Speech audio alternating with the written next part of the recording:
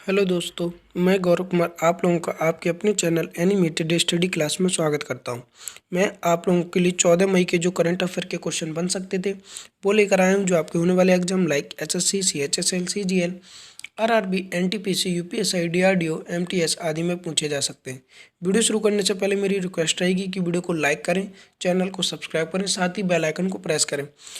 इससे क्या होगा, मैं आप लोगों के लिए जो भी करंट अफेयर की वीडियो और स्टैटिक जीके की वीडियो बनाऊंगा उसका नोटिफिकेशन आप लोगों तक पहुंच जाएगा और आप उस वीडियो को देख पाएंगे। तो चलिए आज का पहला क्वेश्चन देखते हैं। हाल ही में ब्रिक्स ईडब्ल्यूजी की बैठक कहाँ आयोजित की गई है? तो अभी हाल ही में जो ब्रिक्स ईडब्ल्यूजी की बैठक है यह आयोजित की गई दिल्ली में। कहाँ पर? दिल्ली में। यहाँ पे टर्म आया है EWG और ब्रिक्स। तो पहले ब्रिक्स की फुल फॉर्म बता देता हूँ। तो यह 5 देशों का एक समूह है, जैसे B से ब्राज़ील, R से रसिया, I से इंडिया, C से चाइना और S से साउथ अफ्रीका। तो EWG का क्या तात्पर्य है यहाँ पर? तो यहाँ पर है एम्प्लॉयमेंट वर्किंग ग्रुप। क्या? Employment working group. दरअसल वर्ष 2021 में भारत ब्रिक्स देशों के जो सम्मेलन होगा उसकी अध्यक्षता करेगा, यानी 2021 में ब्रिक्स की अध्यक्षता करेगा। तो इसी के लिए यानी अध्यक्षता होने से पहले ये छोटा सा रिहर्सल टाइप का बैठक थी, यानी एक मान के चलो ये रिहर्सल था बैठक के लिए। तो इसकी अध्यक्षता इस बार अपने देश भारत ने की है। तो इसीलिए श्रम व रोजगार की जो सचिव है अपूर्वा चंद्रा, कौन? श्रम व रोजगार की सचिव हैं जो अपूर्वा चंद्रा, उन्होंने इसकी अध्यक्षता की थी। और यह कब से कब तक चली थी? 11 और 12 मई को। कब? 11 और 12 मई के लिए चली थी। उम्मीद है आप लोग अच्छे से क्वेश्चन समझ पाए होंगे। इसमें अभी वर्तमान में किस किस ने भाग लिया था? तो इंटरनेशनल लेबर ऑर्गेनाइजेशन और जो अंतर्राष्ट्रीय सामाजिक सुरक्षा एजेंसी है उसके प्रतिनिधियों ने इसमें भाग लिया था। उम्मीद है आप लोग अच्छे से क्वेश्चन समझ पाए होंगे। आगे बढ़ते हैं। हाल ही में किस राज्य सरकार ने अनाथ बच्चों को 5,000 रुपये मासिक पेंशन देने की घोषणा की है? तो अभी हाल ही में जो मध्य प्रदेश सरकार है इसने, यानी कि मध्य प्रदेश सरकार है, इसने घोषणा की है ऐसे बच्चे जिनके माता पिता की मृत्यु अभी कोविड महामारी के कारण हो गई है, यानी ऐसे बच्चे जिनकी मृत्यु, यानी जिनके माता पिता की मृत्यु कोविड महामारी के कारण हो गई है और अभिभावकों की मृत्यु कोविड महामारी के कारण हो गई है, तो ऐसे बच्चों को 5,000 रुपये प्रति मासिक पेंशन देगा पढ़ाई के लिए। कौन? मध्य प्रदेश सरकार। ठीक है। और साथ में ही इनके अगर वह को जो बच्चे बड़े हैं अगर वो रोजगार करना चाहते तो उनके लिए ऋण भी उपलब्ध कराएगी। कौन सी? मध्य प्रदेश सरकार। उम्मीद है आप लोग अच्छे से क्वेश्चन समझ पाए होंगे। अब मध्य प्रदेश सरकार करेगी तो मध्य प्रदेश को मैप में देखते हैं, ये वाला जो रेड पार्ट दिख रहा है यही मध्य प्रदेश है। बात करते हैं मध्य प्रदेश की, तो यहाँ की राजधानी क्या है? भोपाल। और यहाँ के सीएम कौन है? शिवराज सिंह चौहान। और यहाँ की गवर्नर कौन? आनंदीबेन पटेल यहाँ की गवर्नर है। आगे बढ़ते हैं। हाल ही में प्रधानमंत्री सम्मान निधि योजना की 8वीं किस्त कौन जारी करेगा? तो अभी हाल ही में प्रधानमंत्री सम्मान निधि योजना की 8वीं किस्त जारी करेंगे प्रधानमंत्री नरेंद्र मोदी। कौन? प्रधानमंत्री नरेंद्र मोदी। इसके तहत होता क्या है जो प्रधानमंत्री सम्मान निधि योजना, तो इसके तहत 1 साल के अंदर जो मध्यम और गरीब किसान है उन्हें 6,000 रुपये बांटे जाते हैं, यानी कि 1 साल में 6,000 रुपये बांटे जाते हैं मध्यम और गरीब किसानों के लिए, जिसकी 2-2 हज़ार रुपये की 3 किस्तें बांटी जाती हैं 1 साल में के अंदर। कितनी? 2-2 हज़ार रुपये की एक, यानी कि 2,000 रुपये की एक किस्त बांटी जाती है साल के अंदर, और यह टोटल 6,000 रुपये बांटे जाते हैं। तो इसी की अब 8वीं किस्त जारी की गई है, यानी जो 6,000 रुपये बांटे जा रहे हैं उन्हीं में से अब 8वीं किस्त जारी की गई है इस बार नरेंद्र मोदी जी के द्वारा। जो प्रधानमंत्री सम्मान निधि योजना यह कब शुरू की गई थी? तो यह शुरू की गई थी 24 फरवरी 2019 को। कब? 24 फरवरी 2019 के लिए। ठीक है। और इसके तहत इस बार इसे कितने कितने लोगों को लाभान्वित होंगे? तो 9.5 करोड़ लोग इस योजना से लाभान्वित होंगे। कितने? 9.5 करोड़ लोग जो परिवार हैं वह इस योजना से लाभान्वित होंगे। उम्मीद है आप लोग अच्छे से क्वेश्चन समझ गए होंगे। आगे बढ़ते हैं। हाल ही में केंद्र सरकार ने आरबीआई के परामर्श से कौन से बॉन्ड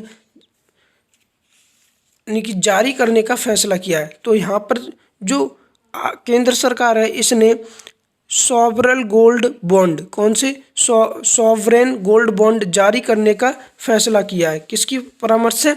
आरबीआई के परामर्श से सॉवरेन गोल्ड बॉन्ड जारी करने की घोषणा की है केंद्र सरकार ने। और यह 6 श्रेणियों में जारी किए जाएंगे। कितने? यह 6 श्रेणियों में जारी किए जाएंगे और मई से सितंबर के बीच, कब से? मई से सितंबर के बीच जारी किए जाएंगे। उम्मीद है आप लोग अच्छे से क्वेश्चन समझ पा रहे होंगे। आगे बढ़ते हैं। हाल ही में किस देश ने अपने पहले प्रमुख अपतटीय पवन चक्की संयंत्र को मंजूरी दी है? तो अभी हाल ही में जो अमेरिका है, इसने अपने पहले अपतटीय पवन चक्की संयंत्र को मंजूरी दी है। ये दरअसल जो यहाँ के राष्ट्रपति हैं जो बिडेन, इन्होंने अर्थव्यवस्था से कार्बन की मात्रा को कम करके वैश्विक जलवायु को बढ़ावा देने के लिए, यानी कि जो कार्बन की मात्रा है उसे कैसे कम किया जाए और वैश्विक जलवायु को कैसे बढ़ावा दिया जाए, इसके लिए यह अपने पहले प्रमुख अपतटीय पवन चक्की संयंत्र को मंजूरी दी है। इसके तहत लगभग 4 लाख घरों को बिजली की आपूर्ति होगी। कितनी? 4 लाख घरों के लिए। उम्मीद आप लोग अच्छे से क्वेश्चन समझ पाए होंगे। अब यहाँ पे क्वेश्चन बना था जो बिडेन, जो राष्ट्रपति हैं अमेरिका के, यह कौन से नंबर के राष्ट्रपति हैं? तो यह 46 नंबर के हैं। कौन से? 46। और यहाँ की उपराष्ट्रपति कौन है? कमला हैरिस। कौन है? कमला हैरिस। उम्मीद आप लोग अच्छे से क्वेश्चन समझ पाए होंगे। आगे बढ़ते हैं। हाल ही में किस राज्य सरकार ने बिना आईडी प्रूफ के टीकाकरण की अनुमति दी है? तो अभी हाल ही में उड़ीसा राज्य सरकार ने, जो उड़ीसा राज्य है, इसने कहा है कि बिना आईडी प्रूफ के टीकाकरण की अनुमति दी है। दरअसल अब तक क्या होता था, अगर टीकाकरण हो रहा है यानी वैक्सीनेशन किया जा रहा है तो उसके लिए आईडी की ज़रूरत पड़ती थी, जैसे आधार कार्ड, वोटर आईडी इत्यादि, पैन कार्ड, कुछ भी होता तो उसके लिए वैक्सीनेशन के लिए इसकी ज़रूरत पड़ती थी। बस उड़ीसा सरकार ने ऐसा कहा है कि हम बिना आईडी के वैक्सीनेशन करेंगे, तो उड़ीसा ने की है। तो उड़ीसा को मैप में देखते हैं, ये वाला जो रेड पार्ट दिख रहा है यही उड़ीसा है। बात करते हैं उड़ीसा की, तो उड़ीसा की राजधानी क्या है? भुवनेश्वर। और यहाँ की सीएम कौन है? यहाँ के गवर्नर, यहाँ के मुख्यमंत्री कौन है? नवीन पटनायक। और गवर्नर कौन है? गणेशी लाल यहाँ के गवर्नर है। आगे बढ़ते हैं। हाल ही में होमेन बारगोहेन का निधन हो गया, वह कौन थे? तो अभी हाल ही में जो होमेन बारगोहेन है, इनका निधन हो गया। यह एक लेखक थे। दरअसल यह असमिया भाषा के लेखक थे, जो असमिया भाषा है उसके लेखक थे। और यह लेखक होने के साथ साथ एक पत्रकार भी थे। कौन थे? पत्रकार। ठीक है। इसी इनकी एक बहुचर्चित उपन्यास है जिसका नाम है पिता पुत्र। क्या है? पिता पुत्र। इसके लिए वर्ष 1978 में, कब? 1978 में इन्हें राष्ट्रीय अकादमी पुरस्कार भी दिया गया था।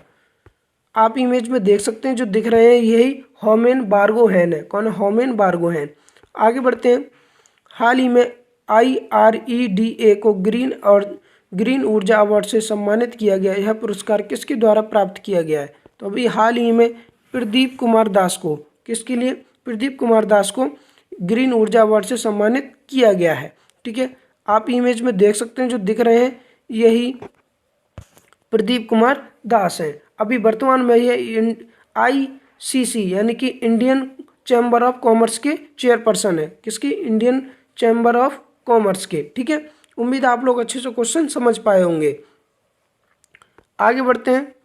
हाल ही में किस राज्य सरकार ने शमशान घाट कार्यकर्ताओं को फ्रंट लाइन वॉरियर मानने की घोषणा की है? तो अभी हाल ही में जो गुजरात राज्य सरकार है, इसने दरअसल जो शमशान घाट कार्यकर्ता हैं उनको फ्रंट लाइन वॉरियर मानने की घोषणा की है। क्यों?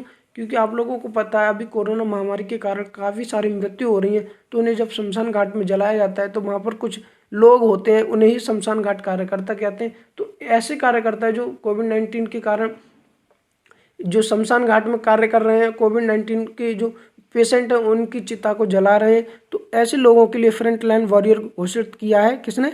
गुजरात राज्य सरकार ने। ठीक है। अब गुजरात ने किया है तो गुजरात को मैप में देखते हैं, ये वाला जो रेड पार्ट दिख रहा है यही गुजरात है। बात करते हैं गुजरात की, तो यहाँ की राजधानी क्या है? गांधीनगर। और यहाँ के जो CM है वो कौन है? विजय रूपानी। कौन है? विजय रूपानी। और गवर्नर कौन है यहाँ के? आचार्य देवव्रत। कौन है? आचार्य देवव्रत। दरअसल और जो फ्रंटलाइन वॉरियर कहा है इन्होंने शमशान घाट कार्यकर्ताओं को, इसमें यह भी कहा गया है कि अगर इनकी मृत्यु हो जाती है श्रमिकों की कार्य करते हुए, तो इनके परिवार वालों को 25 लाख रुपए भी दिए जाएंगे। कितने? 25 लाख रुपए भी दिए जाएंगे। उम्मीद है आप लोग अच्छे से क्वेश्चन समझ गए होंगे। आगे बढ़ते हैं। हाल ही में फेडरल बैंक ने भारत में धन हस्तांतरण को सुविधाजनक बनाने के लिए किस देश के मररेक बैंक के साथ समझौता किया है? तो अभी हाल ही में जो यूएई है यानी कि जो गल्फ कंट्री है, इसकी एक बैंक है जिसका नाम है मररेक बैंक। इन्होंने फेडरल बैंक के साथ भारत में धन हस्तांतरण को सुविधाजनक बनाने के लिए समझौता किया है। उम्मीद है आप लोग अच्छे से क्वेश्चन समझ पा रहे होंगे। यूएई को मैप में देखते हैं, ये वाला जो मैंने मैप लगाया है ये पूरा गल्फ कंट्री का इन्हीं में से एक देश है, ये वाला कौन सा, यूएई। ठीक है, बात करते हैं यूएई की। इसकी राजधानी क्या है, अबू धाबी, और यहाँ की करेंसी क्या है, यूएई दिरहम। कौन है, यूएई दिरहम। उम्मीद है आप लोग अच्छे से क्वेश्चन समझ गए होंगे। आगे बढ़ते हैं। हाल ही में कोविड-19 रोगियों को संभावित प्लाज्मा दाताओं से जोड़ने के लिए किसने संजीवनी मंच लॉन्च किया है?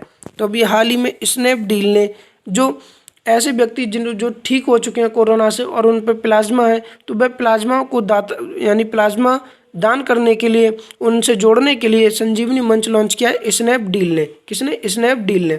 उम्मीद है आप लोग अच्छे से क्वेश्चन समझ पा रहे होंगे। तो मेरा आप लोगों से एक बार फिर से निवेदन रहेगा कि वीडियो को ज़्यादा से ज़्यादा लाइक करें, शेयर करें और चैनल को सब्सक्राइब जरूर कर लें। Thank you.